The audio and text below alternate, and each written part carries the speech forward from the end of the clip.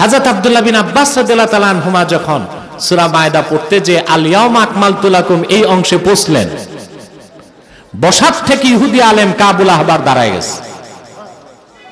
সুবহান। এই আয়াত কাবুল আহবারের হৃদয়ে এমন ভাবে স্পর্শ করেছে, সে বলল, ইবনে আব্বাস, লাউ নাযালাত হাযিহিল আয়াতু আলাইনা লাত্তাখাযনা যালিকাল ইয়াওমা ঈদা। এই রকম একটি শুভ সংবাদের আয়াত কোরআন কারীমের মধ্যে আছে, আমি তো জানতাম না। যদি আমাদের নবী মুসার উপর আল্লাহ এইরকম কোন আয়াত নাজিল করতেন, খুশির আতিশয্যে আমরা আয়াত নাজিলের দিনটাকে ঈদের দিন বানায় নিতাম। হযরত আব্দুল্লাহ ইবনে আব্বাস রাদিয়াল্লাহু তাআলা আনহুমা তিনি তখন বলেন, ইহুদি তুমি তো জানো না। ক্বালা ওয়াল্লাহি ইন্নাহা নাযালাত আলা রাসূলিল্লাহি সাল্লাল্লাহু আলাইহি ওয়াসাল্লাম ফি ইয়াউমি ঈদ আরাফাতা ওয়া ইয়াউমি জুমআ। ইহুদি তোমার জানা নাই, আল্লাহ তাআলা তার আখিরি নবী মুহাম্মদ সাল্লাল্লাহু আলাইহি ওয়াসাল্লামের উপর এই আয়াত নাজিল করেছেন এমন একদিন যেই দিন ডবল ঈদ হয়েছে। দিনটি ছিল হজের দিন, দিনটি ছিল শুক্রবার। সুবহানাল্লাহ। চিন্তা করেছেন, কোরআন শরীফের একটি আয়াতের অংশ শুনে কাবুল আহবার ইহুদিদের সবচেয়ে বড় আলেম বসার থেকে দাঁড়ায় গেছে। পরবর্তীতে হযরত ওমরের খেলাফতের সময় সে ইসলাম কবুল করে মুসলমান হয়েছে, তাবেঈ হওয়ার মহান মর্যাদা লাভ করেছিলেন। এখন একটি কথা না বললেই নয়, চিন্তা করে দেখেন, রাসূল করিম সাল্লাল্লাহু আলাইহি সাল্লামের নূরের জামানায় ১৫০০ বছর আগে অনেক কাফের মুশরিক এইরকম ছিল যারা ইসলাম গ্রহণ করে নাই, কিন্তু আল্লাহর কোরআন শুনতে তারা মজা পাইত। সুবহানাল্লাহ বলবেন।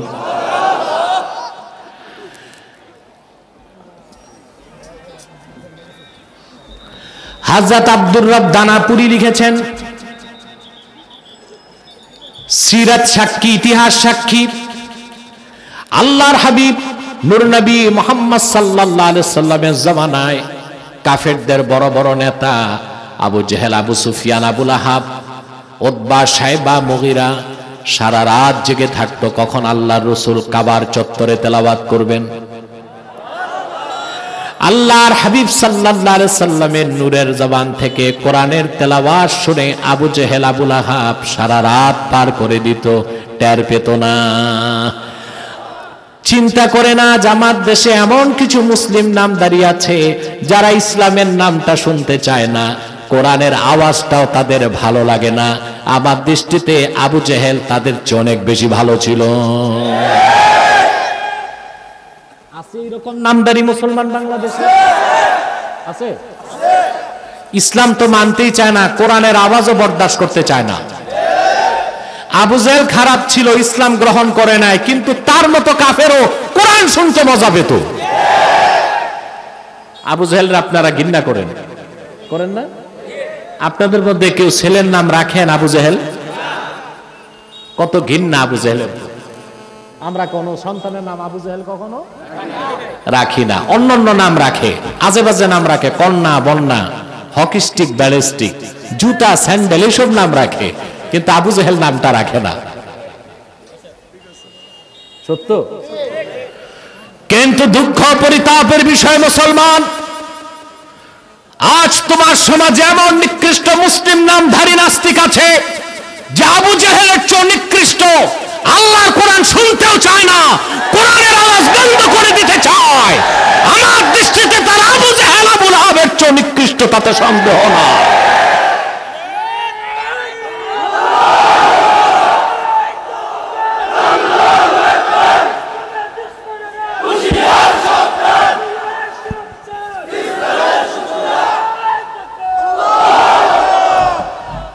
একজন তো বলেই ফেলছে, এত মাহফিল কেন বাংলাদেশে?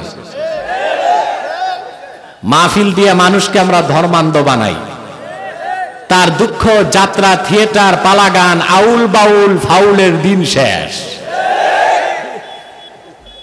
আচ্ছা বলেন ভাই, বাংলাদেশে যে এক ওয়াক্ত নামাজ পড়ে না, 6 ওয়াক্ত মদ খায়, এইরকম খবিশটাও, এইরকম খবিশ না, এইরকম বাজে মানুষটাও জানে যে আসলে ওয়াজ মাহফিলি ভালো, গান বাদ্য ভালো না। কিন্তু এইটা কিরকম শয়তানে আখরাস, যেটার কাছে মাহফিল ভালো লাগে না। আমি তো শয়তান দেখি নাই, ওরে দেখে ভাবছি শয়তান এইরকমই হয়, ঠিক কিনা? আবু জেহেল ইসলাম কবুল করে নাই, কিন্তু কোরআন শরীফ শুনতে মজা পাইতো। ১৫০০ বছর আগে ইহুদিরা তন্ময় হয়ে কোরআন কারীম শুনতো। কাবুল আহবার বসার থেকে দাঁড়ায় গেছে, পরবর্তীতে মুসলমান হয়ে গেছে। বলেন সুবহান। আল ইয়াউমা আকমালতু লাকুম দীনাকুম,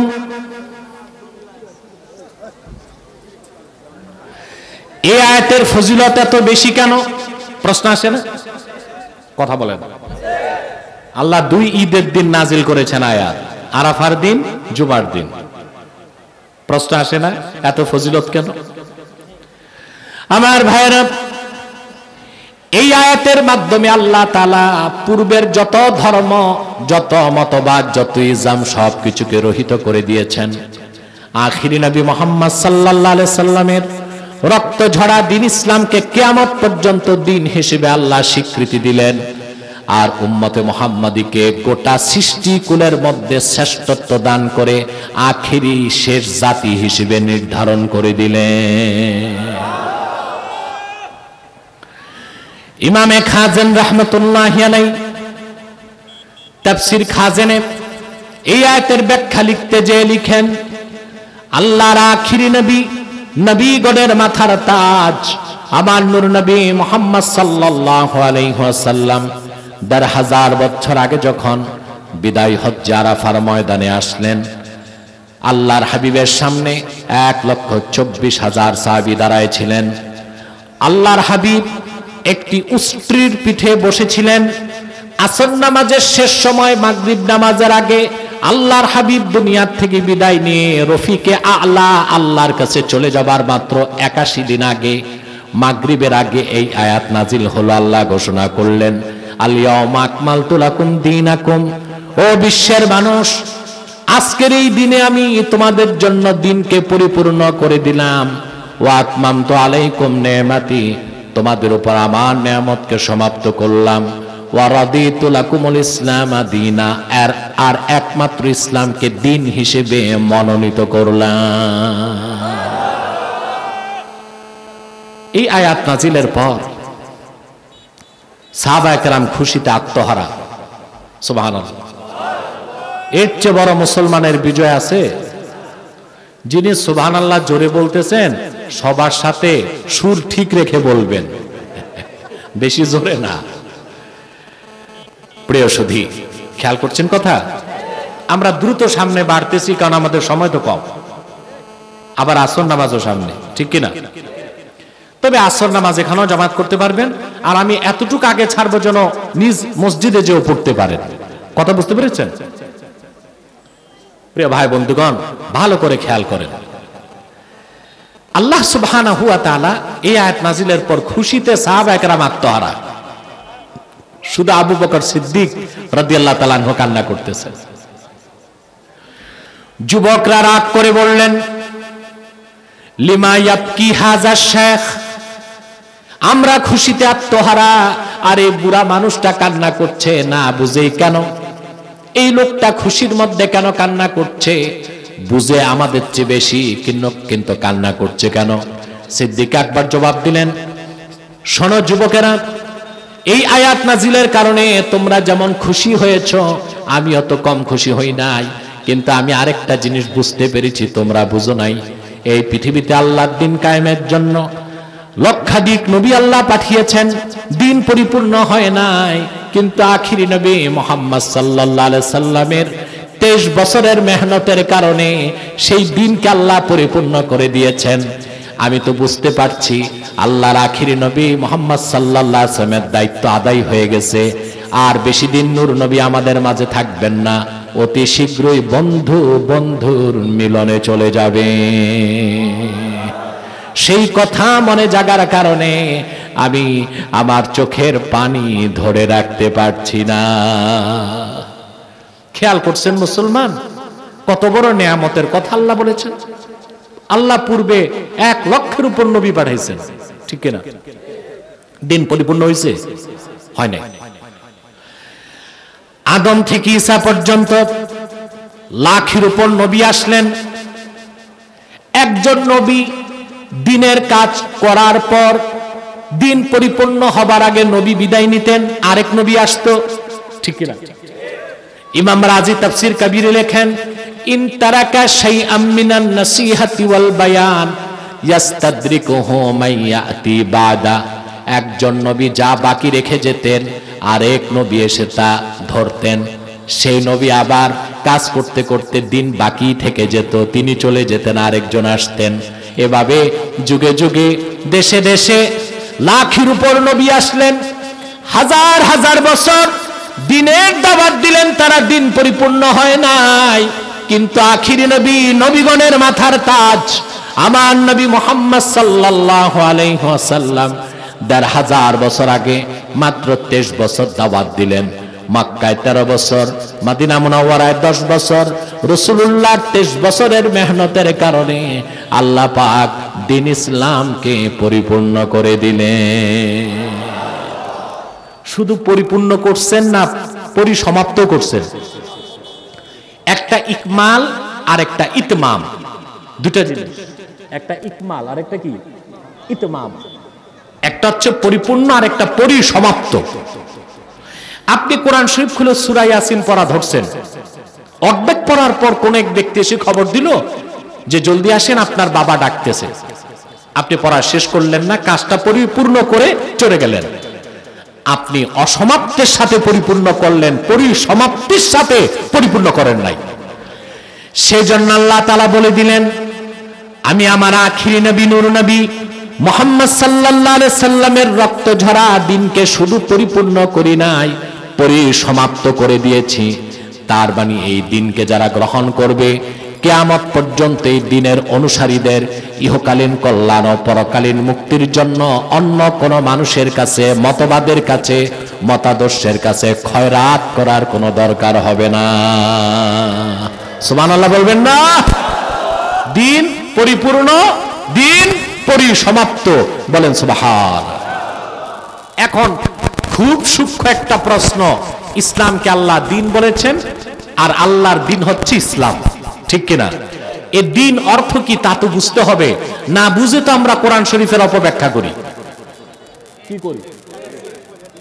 হ্যাঁ, আমরা বলি লাকুম দীনুকুম ওয়ালিয়া দিন। আল্লাহ বলছে ধর্ম যার যার তার তার, ঠিক কিনা? সহিহ আল বুখারী। এটা কি সহিহ বুখারীতে আসছে না কোরআন শরীফে? ইন্নামাল আমালু বিন্নিয়াত, আল কোরআন। এটা কি কোরআন শরীফে আসছে না বুখারী শরীফে? আল ইয়াউমা আকমালতু লাকুম দীনাকুম, আজকে আমি দিন পরিপূর্ণ করলাম। এই দিন অর্থ কি তা আমাদের কোরআন থেকে খুঁজতে হবে। কোরআন কারীমে আল্লাহ তাআলা 4টি বিষয়কে দিন বলেছেন। আমার দিকে তাকান, কয়টি জিনিস? 1, কর্মফল। আল্লাহ দিন বলছেন, কর্মফলকে কি বলছে? যেমন আল্লাহ তাআলা বলেন, আলহামদুলিল্লাহি রাব্বিল আলামিন আর রাহমানির রহিম মালিকি ইয়াউমিদ্দিন। আয় মালিকি ইয়াউমিল জাযা, এখানে দিন অর্থ জাযা, কর্মফল। যেমন কর্ম তেমন ফল। এই ফল দিবেন আল্লাহ কোন দিন? আরে ভাই কথা কও, বুঝো না আমার কথা? কথা আমার কথা বোঝা যায়? আমি তো আপনাদের মতো হুনুইন কোইন ইডি পারি না, কিন্তু আপনারা তো বুঝতেছেন আমার কথা, নাকি? উত্তর তো দিতে হবে। স্টেজ খুব নড়বড়ে, আমার একটু ভয় তো লাগে না। আমি জোয়ান মানুষ, বুড়া মানুষদের কোমরের হাড্ডি একটাও ঠিক থাকবে না। আল্লাহ স্টেজ সবসময় মজবুত করবেন। আলেমরা আমাকে একটু বেশি ভালোবাসে, আমি আসলে একটু বেশি আলেম চলে আসে, তো তাদের বসার জন্য তো সম্মানের সাথে স্টেজটা বড় করবেন, ঠিক কিনা? প্রিয় ভাই বন্ধুগণ, কথা খেয়াল করছেন? তাহলে দিনের একটা অর্থ কি? কর্মফল। কর্মফল, এর জন্য আরবিতে বলা হয় কামা তাদিনু তুদান, যেমন কর্ম তেমন ফল। ইংলিশে একই কথাটা আছে, as you sow so you reap, আছে না? ঠিক একই অর্থে আল্লাহ বলেছেন লাকুম দীনুকুম ওয়ালিয়া দিন। ওখানে দিন অর্থ ধর্ম না, অর্থাৎ লাকুম জাযাউকুম ওয়ালি জাযাই। কাফেররা, তোমরা যে শিরক করো, কুফর করো, সেই জন্য আল্লাহর পক্ষ থেকে শাস্তি তোমরা পাবে, তোমাদের কর্মের ফল পাবে। ওয়ালি জাযাই, ওয়ালিয়া দিন আর ওয়ালি জাযাই। আর আমি যে আল্লাহর তাওহীদের কথা বলি, সেটার আজরুন আযীম আল্লাহ আমাকে দান করবে। এখানে দিন অর্থ কি ধর্ম না কর্মফল? বুঝতে হবে কিনা আমার ভাইরা? আল্লাহ রাব্বুল আলামিন ঈমানকে দিন বলেছেন, যেমন আল্লাহ তাআলা বলেন আতুআল্লিমুনাল্লাহা বিদীনিকুম আই বিঈমানিকুম। তোমাদের অন্তরে যে ঈমান আছে, দিন আছে, সেটার ব্যাপারে আল্লাহরে কি শিখাইতে চাও নাকি? আল্লাহ তো জানেন ঈমান আছে না নাই, দিন আছে না নাই। তাহলে দিনের একটা অর্থ ঈমান। একই কথা আল্লাহ অন্যত্র বলেছেন ওয়া মাইয়াবতাগি গায়রাল ইসলামি দীনান ফালাই ইউকবালা মিনহু ওয়া হুয়া ফিল আখিরাতি মিনাল খাসিরিন। আল্লাহ পাক বলেছেন, আর যেই হতভাগা ঈমান আনয়ন করবে না, তার নামাজ, তার রোজা, তার হজ, তার যাকাত, তার দাড়ি টুপি, জুব্বা কুর্তা, কোনো কিছুই আল্লাহর কাছে কবুল হবে না, বরং কাল কিয়ামতের দিন সে ক্ষতিগ্রস্তদের কাতারে শামিল হয়ে যাবে। এখানে দিন অর্থ কি? ঈমান। দিন অর্থ কি? তাহলে আমরা দেখলাম দিনের একটা অর্থ আল্লাহ নিয়েছেন কর্মফল, দিনের আরেক অর্থ নিয়েছেন ঈমান। দিনের আরেক অর্থ আল্লাহ নিয়েছেন ইতাআত, ইবাদত, আনুগত্য। সুবহানাল্লাহ। যেমন আল্লাহ তাআলা বলেছেন ওয়ামা উমিরু ইল্লা লিয়া'বুদুল্লাহা মুখলিসিনা লাহুদ্দিন। আল্লাহর পক্ষ থেকে পূর্ববর্তীদেরকে এই আদেশই করা হয়েছিল, তারা যেন একমাত্র ইবাদত করে আল্লাহর জন্য, মুখলিসিনা লাহুদ্দিন। আর ইতাআত, ইবাদতকে যেন আল্লাহর জন্য খালেস করে। এখানে দিন অর্থ হচ্ছে ইবাদত। তাহলে আমরা কয়টা অর্থ পেলাম? জোরে বলেন ভাই। এ পর্যন্ত তিনটা পেলাম। দিনের একটা অর্থ কর্মফল, দিনের একটা অর্থ ঈমান, দিনের একটা অর্থ ইবাদত। দিনের আরেক অর্থ হলো বিধান, আহকাম, জীবন বিধান। সুবহানাল্লাহ বলবেন। আল্লাহ তাআলা সূরা মায়েদায় বলেছেন আল ইয়াউমা আকমালতু লাকুম দীনাকুম। এখানে দিন অর্থ জীবন বিধান, তার আরেক নাম হলো শরীআতে মুহাম্মাদী।